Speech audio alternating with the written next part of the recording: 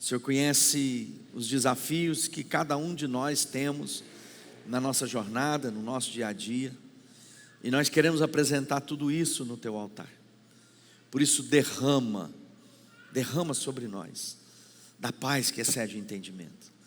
Aqueles que chegaram aqui machucados, feridos, aflitos de alma, que venha o Teu bálsamo, o Teu óleo de renovo e de refrigério, no nome de Jesus. Amém. Amém? Amém.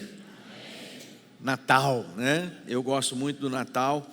E a gente vem percorrendo tudo aquilo que os evangelhos, não tudo, né? Mas olhando a partir dos evangelhos, aquilo que Deus revela para nós a respeito do Natal.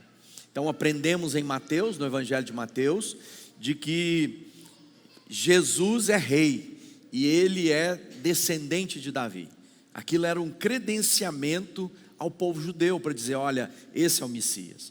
Aprendemos em Lucas que ele é aquele homem, servo sofredor, é aquele que veio para se compadecer. Ele foi aquele que foi e identificou-se com cada um de nós. Então, nós identificamos com ele e ele com as nossas dores, de maneira que ele possa dizer para mim, para você, tem bom ânimo. Ele sofreu o que nós sofremos. Então ele não sofreu como Deus, né? Às vezes a gente fala, mas Jesus era Deus. Não, como homem, e ele se identifica conosco como homem para que pudesse revelar a nós, a nossa humanidade, como devemos lidar com a nossa vida. Lembra em Lucas, aprendemos que foram os anjos que disseram, olha, nasceu na cidade de Davi o Salvador, que é Cristo o Senhor. Depois nós passamos para Marcos, e Marcos é o evangelho da ação. É um evangelho que não conta a história do nascimento de Jesus, e ele já começa logo no início do ministério de Jesus. Ele pula toda essa etapa e vai lá para o evangelho, para o relato, né, de quando Jesus é batizado por João Batista, e naquele momento ele diz, e a partir de agora ele encarnou a missão, o propósito. Então Natal é para nós lembrança de que Jesus é rei, é para que nós saibamos, né, que na sua humanidade ele sofreu as nossas dores e portanto pode nos consolar naquilo que sofremos, e ao mesmo tempo ele nos faz lembrar que há uma ação, há um propósito, uma missão de Deus para a vida de cada um de nós. Então o Natal é um memorial a respeito daquilo que Deus quer encontrar na minha vida e na sua vida. E por último nós aprendemos que o Natal é aquele momento em que é antes de tudo, ou seja, não é algo que começou há 2000 anos atrás. João, agora no Evangelho, vai nos lembrar de que antes de todas as coisas ele já era. Jesus já é aquele que não apenas se tornou homem, não é apenas rei, não é apenas aquele que faz milagres, prodígio, maravilha. Jesus é Deus. E porque ele é Deus, ele é antes de todas as coisas, então ele não está preso à temporalidade como nós estamos. Não é isso? Às vezes a gente imagina Deus pensando no tempo como a gente. E uma das dificuldades que a gente tem de ver toda a plenitude do eterno, daquilo que Deus quer na minha vida e na sua vida, é porque pensamos que Deus está dentro do tempo que nós contamos os nossos dias. Deus está fora de tudo isso, apesar de interagir com o tempo presente, com o futuro e com o passado, porque ele é Deus do início ao fim. Deus conhece todas as coisas. E aí o João, e eu quero ler com você no Evangelho de João, no capítulo 1, se você trouxe sua Bíblia, no capítulo 1 diz assim no verso 1: no princípio era aquele que é a palavra. Ele estava com Deus e ele era Deus. Ele estava com Deus no princípio. Todas as coisas foram feitas por intermédio dele, e sem ele, nada do que existe teria sido feito. Nele estava a vida, e esta era a luz dos homens. A luz brilha nas trevas, e as trevas não a derrotaram. Surgiu um homem enviado por Deus, chamado João. Ele veio como testemunha para testificar acerca da luz, a fim de que por meio dele todos os homens crescem. Ele próprio não era a luz, mas veio como testemunha da luz. Estava chegando ao mundo a verdadeira luz que ilumina os homens. Aquele que é a palavra estava no mundo, e o mundo foi feito por intermédio dele. mas o mundo não o reconheceu. Veio para o que era seu, mas os seus não receberam. Contudo, aos que receberam, aos que creram em seu nome, deu-lhes o direito de se tornarem filhos de Deus, os quais não nasceram da descendência natural, nem pela vontade da carne, nem pela vontade de algum homem, mas nasceram de Deus. Aquele que a palavra tornou-se carne, viveu entre nós, vimos a sua glória, a glória do unigênito vindo do Pai, cheio de graça e de verdade. Fala assim, glória a Deus. Se a gente aprendesse esse texto e decorasse, deixasse que isso entrasse no nosso coração verdadeiramente, nós teríamos uma vida mais leve para ser vivida. Nós descansaríamos mais, haveria menos ansiedade, menos medo. Se nós compreendêssemos o que João está relatando para nós, talvez uma das peças literárias mais poderosas, quando ele está dizendo, olha, antes de tudo, ele já estava lá. E tudo que nós vemos foi feito a partir dele. E nada sem ele teria sido feito. Olha só que coisa linda. Ou seja, o nosso Deus é aquele que criou todas as coisas pela força da sua palavra. Não é isso que nós vemos? E Deus disse, e ele foi criando cada coisa com a força da sua palavra. E agora o João está dizendo, e esse que disse é Jesus. Ou seja, ele é a palavra que dá forma, ele é o verbo, ele é a ação de Deus. Então todas as coisas criadas foram criadas a partir dele, e através dele Jesus está falando conosco. E agora ele está dizendo, e o verbo se fez carne. Quando a gente viu aqui a ilustração da manjedoura, né?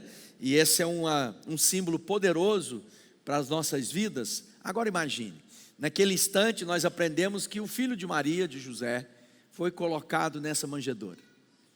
Manjedoura essa que estava lá em Belém, a cidade cheia, não havia hospedaria, era dia de fazer censo, né? Então as pessoas tinham de ir na cidade natal para registrar a sua família. Então havia muitos que não moravam em Belém, que tinham ido para Belém. E chegou lá, não havia lugar para hospedar José e Maria, Maria grávida, e ali eles encontraram apenas um estábulo, um lugar de guardar os animais nas noites frias. E ali nasceu o menino. E o menino que Isaías diz, né? Esse era o menino, e sobre o seu ombro, né, ele é o príncipe da paz, ele é o pai da eternidade. Ou seja, todas as qualidades de Deus naquela criança. Ao mesmo tempo, aqui estava sendo colocado não apenas o filho de Maria, mas o filho de Deus. Aquele que veio para mostrar para nós que tipo de vida nós podemos viver quando seguimos seus passos. A primeira pergunta para mim e para você nesse Natal é, você entendeu que nós estamos celebrando o nascimento do Deus vivo, que se fez gente e habitou no meio da gente, para mostrar para a gente que tipo de gente nós precisamos ser? Ou seja, nesse Natal é algo de celebrarmos com todo o nosso vigor, com toda a nossa alegria, e que não deixemos que nenhuma daqueles elementos que foram colocados e que são apontamentos para nós, sejam algo que ofusque ao verdadeiro motivo do nosso Natal. Então, tudo isso é decoração, é ilustração, mas não pode ser fruto para a nossa devoção. Eles são apontamentos, sinalização do que Deus tem para nós. E aí quando a gente entende, o verbo eterno se fez gente. João no capítulo 1, já no início ele diz, no princípio era o verbo estava com Deus, o verbo era Deus, e ele estava com Deus no princípio, e todas as coisas foram feitas por intermédio dele, e sem ele, nada que existe teria sido feito. Então, um Deus que criou todas as coisas, a maravilha da criação. Você já parou para pensar no belo, naquilo que Deus criou, na beleza, né, de um beija-flor, ou de um peixinho colorido, ou de um pôr do sol, né, aquelas nuvens alaranjadas. Tudo isso foi o nosso Deus que criou para que revelasse um pouquinho daquilo que Ele é. E esse Deus agora, é esse Deus colocado numa manjedoura. Ou seja, esse Belém, o Criador do universo, se vestiu de gente lá em Belém e se tornou homem e habitou entre nós. Ou seja, cada símbolo, né? E a gente falou um pouquinho sobre cada um deles. Talvez uma das mais poderosas simbologias, ou o símbolo mais poderoso, seja a manjedoura. Mas nós aprendemos sobre a árvore, já aprendemos sobre a estrela, já aprendemos sobre os frutos que estão na árvore, ou que a luz ilumina. Muitas vezes a gente perde a oportunidade de usar daquilo que a cultura está se utilizando para fazermos um apontamento daquilo que é a maior mensagem de todas. Nasceu na cidade de Davi o Salvador, que é Cristo o Senhor. Você já parou para pensar que Ele é o verbo da vida, o Deus Criador de todas as coisas? Quando a gente pega, né, a palavra de Deus e ela é viva e eficaz, ela é aquela que nos ensina, nos instrui o caminho que devemos andar. Eu não sei se você tem na sua casa, né, um livro, né, o livro de Deus colocado na sua vida. Ou seja, quando a gente olha para as Escrituras, talvez, né, poderíamos ilustrar dessa forma, né, colocar, e alguém vai dizer, mas o que o livro está fazendo na manjedoura? Aí você pode dizer, é porque o verbo, a palavra, se fez gente e habitou no meio de nós. Olha só que coisa poderosa. Então, utiliza-se, né, em algum momento agora, na sua celebração, na sua casa, na sua família, utiliza-se da própria Escritura para falar com os seus amigos, com os seus irmãos, com os seus familiares, seus filhos e pais. Fala assim, deixa eu dizer para você, nós estamos celebrando a palavra que se tornou gente. A pessoa vai dizer, não entendi. Fala assim, o verbo de Deus, a ação de Deus. Ou seja, tudo que Deus criou através da palavra. E o Evangelho diz que Jesus é a palavra de Deus. E que esse livro revela plenamente quem Ele é. Ele é pronto para nos ensinar, para nos dirigir, para nos corrigir. É a palavra de Deus que vai nos orientar. Aliás, sabe aquelas lâmpadas que estão lá, né, colocadas em todos os lugares da cidade? A Bíblia diz que a verdadeira luz é Jesus, porque a palavra é lâmpada, é lanterna para os nossos pés. Muita gente tropeçando no falar, no agir, no lidar com a vida. Talvez o seu ano seja cheio de tropeço. Falta às vezes luz, porque a gente tropeça naquilo que a gente não vê, ou que não prestamos atenção. Então que você possa colocar a palavra como lâmpada contínua dos seus pés. Não é isso que a palavra de Deus está nos ensinando? Ele é algo, essa palavra é algo poderosa para a vida de todos nós. Quando ele está dizendo assim, deixa eu ler um texto aqui de Timóteo primeiro. Porque desde criança, você conhece as sagradas escrituras, que são capazes de torná-lo sábio para a salvação, mediante a fé em Cristo Jesus. Toda a escritura é inspirada por Deus, útil para o ensino, para a repreensão, para correção, para ilustração e instrução na justiça, para que o homem de Deus seja apto e plenamente preparado para toda boa obra. Ou seja, se você quer se tornar uma pessoa sábia, às vezes a gente imagina que alguém que tem inteligência é sábio. Não é isso que a gente imagina, a pessoa é muito inteligente, ela é muito sábia. Não, sabedoria é uma coisa, inteligência é outra, acúmulo de informação é uma coisa, e conhecimento de Deus é outra coisa. Então a gente precisa voltar para as Escrituras. Ele está dizendo, ela é útil para te instruir, para te corrigir, para te orientar. Então você está com crise lá na sua maneira de viver, fala com Deus, lê a Bíblia. Porque muita gente pensa diferente, lê a Bíblia. Porque o que eu penso, o que você pensa, o que nós pensamos, não interessa. O que interessa é o que Deus pensa a respeito de nós. E isso é a verdade, essa é a palavra. Tem um livrinho, quando eu me converti, eu ganhei um livrinho que chama Há Poder em Suas Palavras. É um livrinho pequenininho, muito bacana. Só que aí as pessoas leem aquilo e imaginam que há poder na minha palavra, naquilo que eu falo. Não, há poder na palavra de Deus. É essa palavra que cria, essa palavra que instrui, essa palavra que torna o homem sábio. Não é o que eu acho, o que eu penso, que eu vou tagarelar, né? Que eu vou falar, cheio de verborréia. Não é nada disso. Quando a palavra é ministrada, há poder. Porque a própria palavra diz para nós que ela não vai voltar vazia, mas ela vai cumprir aquilo para o qual Deus a declarou, a proclamou. Você tem proclamado a palavra? Talvez você está vivendo dias de dificuldades, de preocupações com a sustentabilidade da sua casa. E que tal você colocar grande lá na sua casa assim: o Senhor é meu pastor e nada me faltará. Não é poderosa essa palavra? Aí a gente respira e fala assim: vou trabalhar, vou sair, vou batalhar, porque nada vai me faltar. Porque Deus é poderoso e vai cumprir aquilo que Ele prometeu. Talvez você está vivendo grandes desafios e você fala: são muitos os inimigos, são muitas coisas acontecendo contra mim. Aí você se lembra da palavra, escreve bem grande lá e diz assim: maior é aquele que é por mim do que aquele que é contra mim. Olha só, o meu inimigo virá contra mim por um caminho, por 7 fugirá da minha presença. Então há poder na minha palavra? Não, naquilo que é a palavra de Deus para nós. Então quando a gente identifica isso, quando a gente entende isso, o nosso coração se enche de alegria. Lá, portanto, Jesus é a expressão, né, plena do invisível de Deus. Deus fala assim: Ele é a imagem visível de um Deus invisível. Ninguém vê a Deus, o Pai, porque Ele é Espírito. Mas aí Ele se faz gente para que Ele pudesse se revelar conosco, de maneira que a gente pudesse compreender quem Ele é. Então quando a gente olha para essa manjedoura, quando a gente olha para a palavra, quando a gente olha para os elementos, nós temos uma mente iluminada e agora a gente tem um caminho a ser seguido.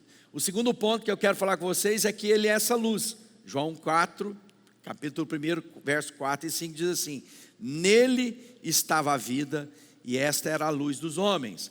A luz brilha nas trevas e as trevas não a derrotaram. Ou seja, quantas coisas são levantadas, né? A gente vive lá, as forças das trevas. Mas quando a gente pega a força das trevas e a gente pega lá a luz que ilumina, quando a luz chega, diminui a luz aqui para mim do palco, por favor. Quando a gente pega a luz que ilumina, né? Quando a gente está escuro, aí de repente a gente faz assim: a luz que ilumina, ela ilumina o nosso caminho. Mas se houver trevas, dá para apagar tudo? Quando houver trevas, o que acontece? Nós não enxergamos. Quando a luz vem, nós iluminamos. Quem está com a lanterna aí do seu celular? Apaga tudo. Acende a luz da sua lanterna. Agora ficou fácil, todo mundo tem uma lanterna no bolso. Já parou para pensar? Antigamente a gente saía para viajar, tinha que arrumar umas lanternas grandes. Olha só, nós podemos apagar as luzes e de repente a gente pode ter o quê?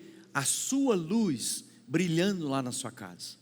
Ou seja, mesmo se você chegar num lugar que está em trevas, quando você que representa a luz do Senhor, somos luzeiros do Senhor, o que vai acontecer? Haja luz e houve luz. Podemos acender as luzes agora e você vai ver que haja luz, e aí a luz enche todo aquele lugar de plenitude.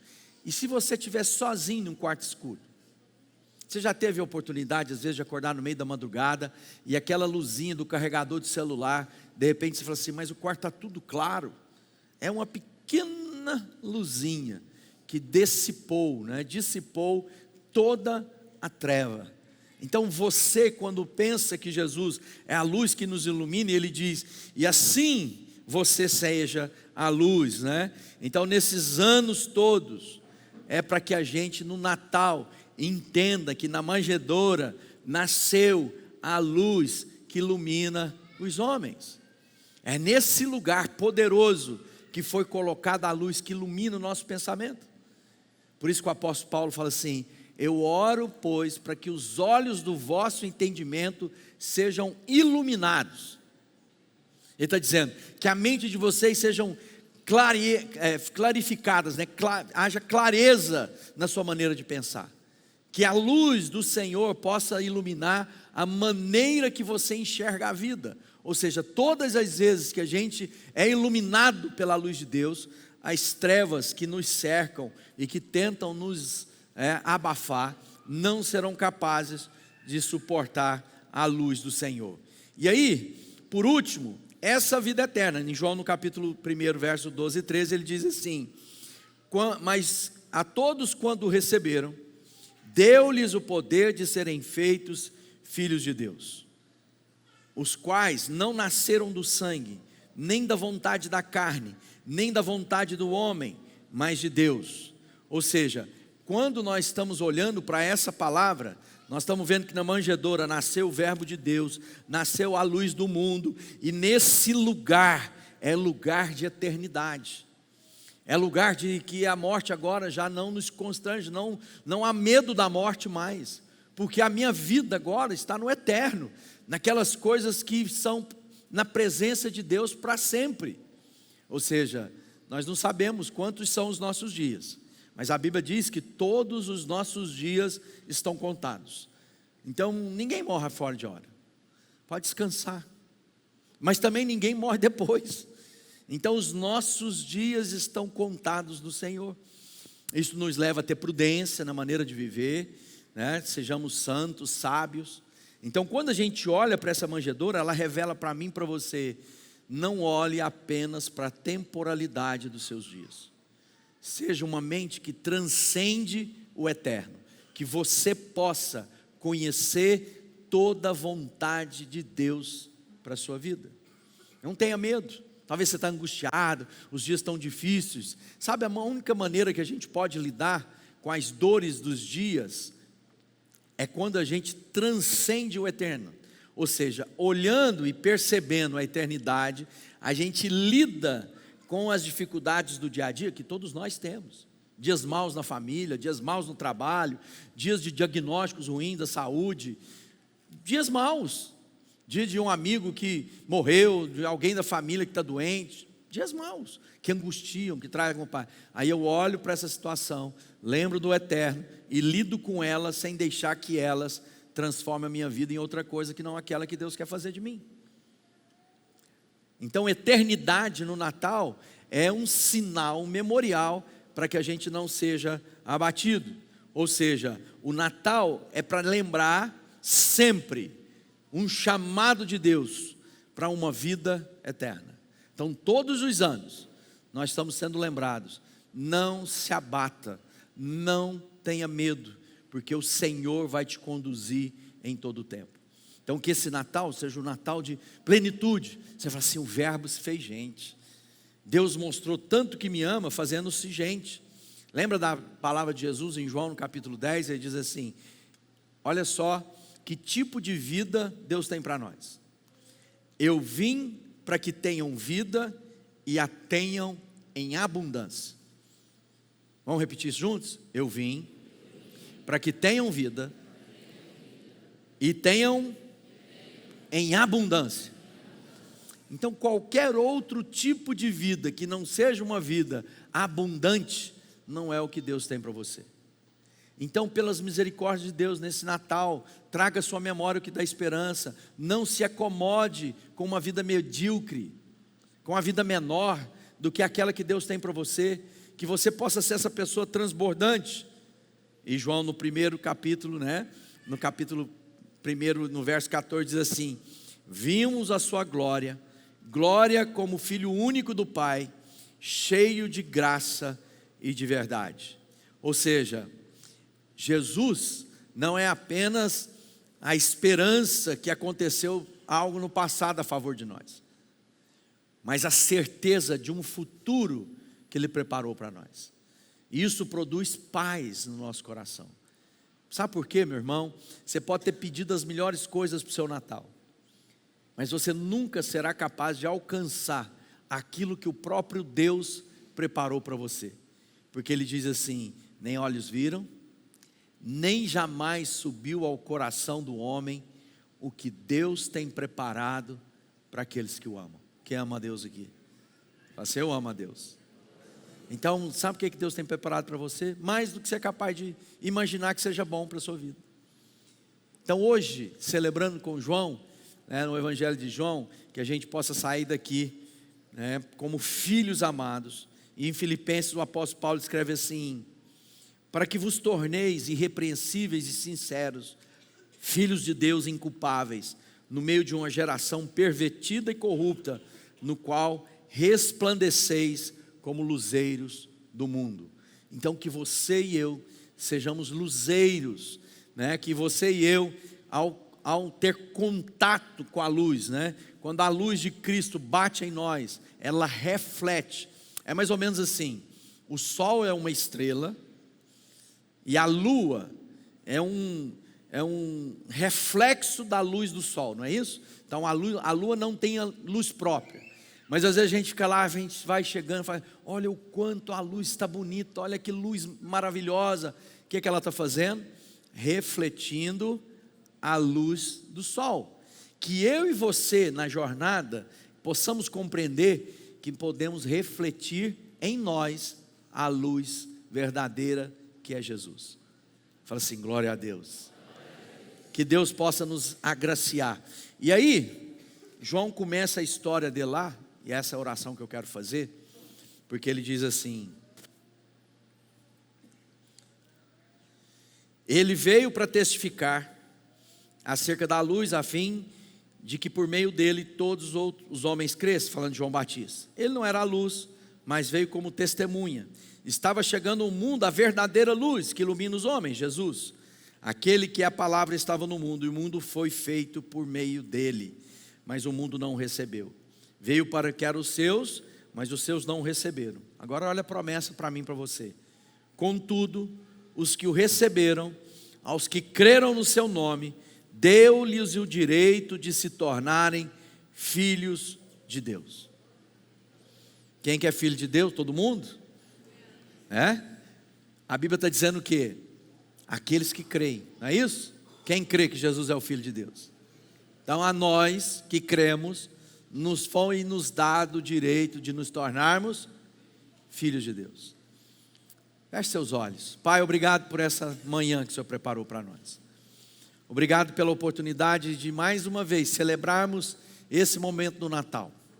E nós queremos, em nome de Jesus, pedir que o Senhor derrame sobre nós a paz que excede todo entendimento.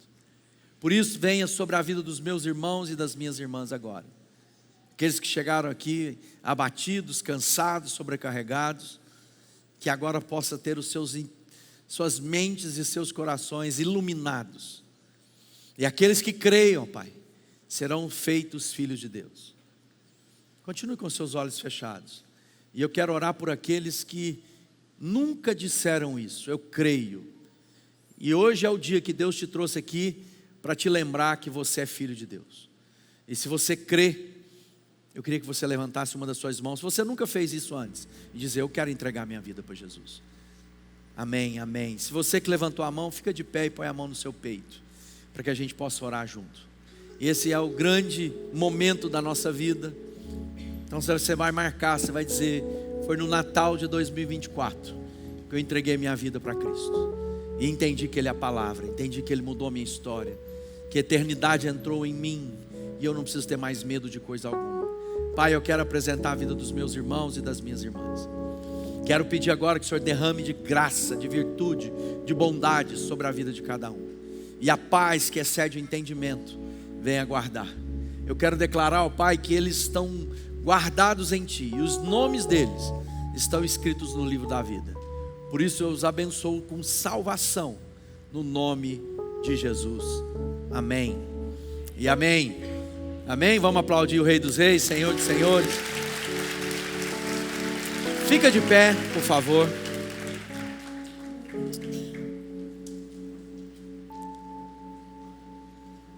Fala para quem está do seu lado aí, Feliz Natal. Nessa quarta-feira a gente vai ter um culto especial, dia 25. Então você é muito bem-vindo a estar conosco. Mas que na sua ceia, normalmente as famílias fazem isso no dia 24, ou no almoço de domingo, no dia 25, no domingo não, no dia 25, no caso, quarta-feira, você possa ser luz, você possa ser palavra de Deus para os seus familiares, compartilhando com eles o verdadeiro motivo da nossa celebração. Amém? Vamos fazer um pacto com Deus, falar: Deus, eu vou ser